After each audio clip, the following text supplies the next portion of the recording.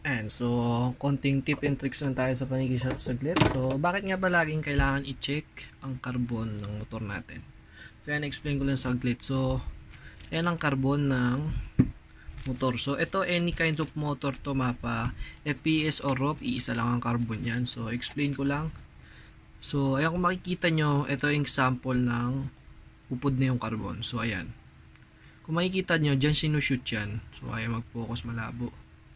So, ayan, dyan sinushoot yan. So, tinatanggal lang tong pin na yan. Yan, tatanggal yan. Ayan, nakikita nyo, nakangat ko. So, yan, tinutulok niya. Then, yan. So, minsan ba tayo nagtataka, bakit nasusunugan tayo ng motor? Or bakit tayo parang nag-short circuit o ayaw na pumutok ng baril natin. Minsan hindi naman sa battery, minsan sa motor. So, always check the carbon ng motor. So, ayan, pinupudpud niya yan. So, kung nakikita mo yan, yung tubo na yan, diretso yan hanggang dito. So, hindi natin ito makakala